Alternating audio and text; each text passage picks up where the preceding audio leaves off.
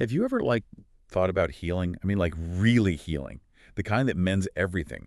Not just your body, but your heart and soul, too. It's something I think about a lot. And it's what makes this deep dive, well, so fascinating. Remember that talk you shared, the one by Elder J. Kimo Esplin from October 2023? The Savior's healing power upon the Isles of the Sea. Oh, yeah.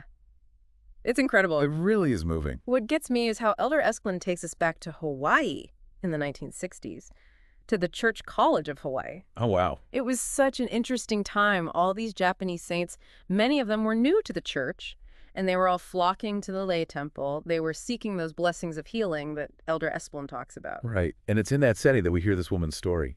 A story that begins in World War II. Can you imagine? Wow. The Battle of Okinawa in 1945. Oh, yeah. Over 240,000 people died.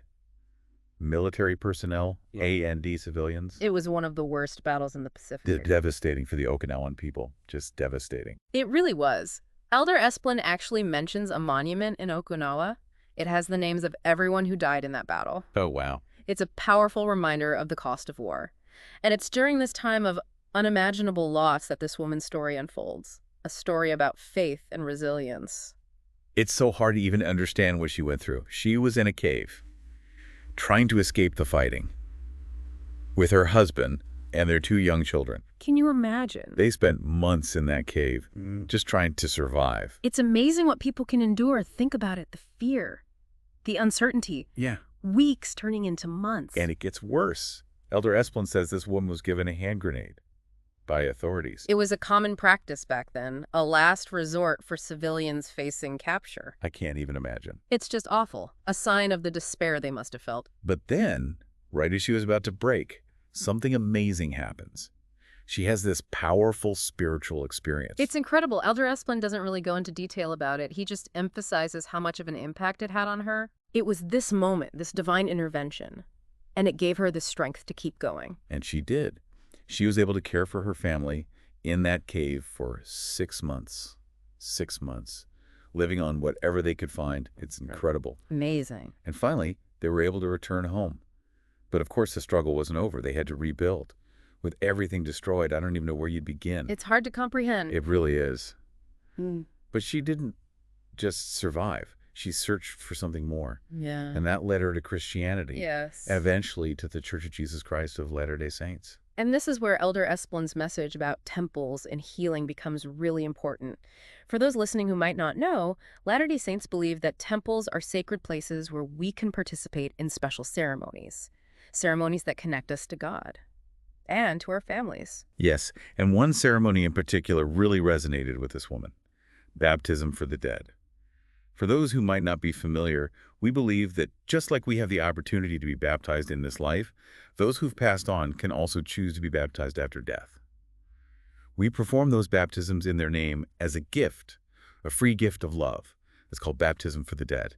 And this woman who had lost her mother during her birth was drawn to this teaching. She saw it as a way to connect with her mother in a way she never thought possible. It's amazing, isn't it, how hope can grow, even in the toughest times. And this teaching about temple work, it wasn't just a comfort to her, it was like a turning point for her whole family. Oh, wow. They joined the church and were baptized. Together, they found strength in their new faith. It's like they found this wellspring of hope in the middle of all that destruction. Right. But they must have faced some opposition, right? Because of their beliefs. They did. Elder Esplin mentions how some people criticized them. Really? Yeah. Some people even blamed their conversion for all the bad things that had happened. Wow. That's rough. It is. It happens, though. When people are hurting, it's easy to blame others, to blame things they don't get. That's true. It shows how strong their faith was. Because they're the biggest tests. They often come from the people closest to us. Exactly. And then this woman's faith was tested again. When her husband died, he had a stroke. Oh, no. Yeah. It left her to raise their 5 kids on her own. My gosh. After everything else, it's just... I know. It's hard to imagine. But she didn't give up. And this is where Elder Esplin shares what he calls a miracle. The mission president at the time, he urged all the Japanese saints to go to the temple. Wait. So this mission president, was he just some guy who never suffered? No. This is the interesting part. The mission president was an American. And get this, he had fought in World War II. Wow. He was a veteran of Okinawa. Oh, wow. Talk about a full circle moment. The very conflict that caused this woman so much pain. It's now connected to this message of healing and hope through the temple. Exactly. And this Okinawan sister, she saw it as a miracle, too. She really wanted to be sealed to her family, to have that eternal connection. But of course, there were obstacles. Like what? Well, for starters, the trip from Japan to Hawaii was a fortune, especially back then. And many of the Japanese saints were still recovering from the war. So finances were a huge problem. Yeah, I can imagine. And then there was the language barrier Mm. back then. The temple ceremony wasn't in Japanese. So how on earth did they overcome all that? It just seemed like everything was against them. That's what's so incredible. They found ways, creative solutions. Elder Esplin says that some families sold their homes to afford the trip. Others held fundraisers, even selling records to make money. Can you imagine? Wow. That just shows how important the temple was to them. It wasn't some abstract idea. It was vital. Yes. They knew how powerful the temple was, the strength and healing it offered. They were willing to do anything to get there. But what about the language? How could they connect with the ceremony if they couldn't understand it? Right. Well, that's another incredible part of the story. Church leaders found this Japanese brother, a recent convert, and he had been baptized by American soldiers after the war, and he translated the whole endowment ceremony into Japanese. Wow. So he spoke both languages. Mhm. A&D, he had this unique connection to both cultures. It's amazing. Imagine the weight of that responsibility, making sure that those sacred words felt the same in both languages. It's so powerful. It really shows how faith can unite people, Yeah. transcending language and culture. Absolutely. And Elder Esplin quotes a Japanese member who said that hearing the ceremony in Japanese for the first time was incredibly moving. It really highlights how important it is to experience these sacred things in a way that resonates, a way that speaks to your soul. That makes sense. The ordinances are universal, Mm-hmm. but being able to connect with them personally, culturally, it adds a whole other dimension. Exactly. And so in 1972, the first large group of Japanese saints arrived at the Lei Hawaii Temple, 161 people. And our Okinawan sister was among them. After years of sacrifice and longing, she was finally there. It's like this beautiful culmination. It really is. But it wasn't easy. As with anything worthwhile, there were still challenges. What do you mean? Elder Esplin tells this story about one Japanese brother as they were flying over Pearl Harbor. Oh, wow. He was terrified. Understandably so. Given the history between Japan and the United States, the pain of that conflict. Of course. It shows that the scars of war run deep. They do. But here's the thing. Instead of anger or rejection, he felt the opposite. He was met with. Well, love. Yes. Overwhelming kindness from the Hawaiian saints. Wow. It's an amazing example of reconciliation, of how faith and a shared purpose can overcome anything, even past grievances, and it creates real connection. And it speaks to what Elder Esplin was saying about the temple healing, not just people, but nations. It's like all the differences, all the pain of the past just melted away. It's incredible, right? These Japanese saints arriving in Hawaii, nervous but excited. I can only imagine what it must have been like for them. Yeah. Elder Esplin actually describes what it was like at the temple. Oh, really? And it's the opposite of fear. The Hawaiian saints were incredible. Oh, that's nice. What did they do? They welcomed the Japanese saints with open arms. Literally. Oh, I love that. They were giving out lees and hugs, even kisses on the cheek. Wow. That's so sweet. But can you imagine if you were used to Japanese customs? What a culture shock. Totally. Elder Esplin even points that out in his talk. He says that kind of greeting would have been totally unexpected. It really goes to show you how powerful love is. Yeah. They didn't have the same customs, but that shared faith, that desire to welcome their fellow saints, that was more important than anything. Exactly.